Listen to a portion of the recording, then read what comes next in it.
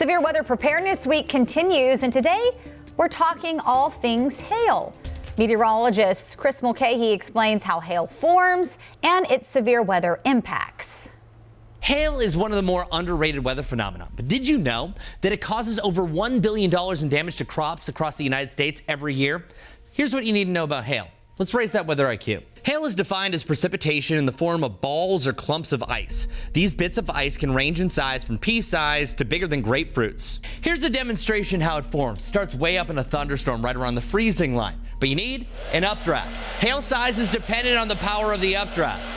That hailstone is supported and it goes up and down above that freezing line. It's picking up super cool water droplets and it freezes. The more that this process repeats, the stronger the updraft, well, the larger that hailstone's going to get. But eventually it gets too large to be supported and it falls. If you cut open a hailstone, you can see the rings from this repeated process, just like the rings of a tree.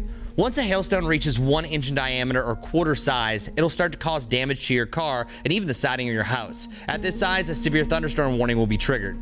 However, nickel and penny-sized hail can still be a menace for leaves and crops. Most of the hail we see here locally will be pea-size or a quarter of an inch. So when we reference hail, we always compare to everyday objects. When a hailstone is baseball size or 2.75 inches, it can fall to the ground at 100 miles per hour.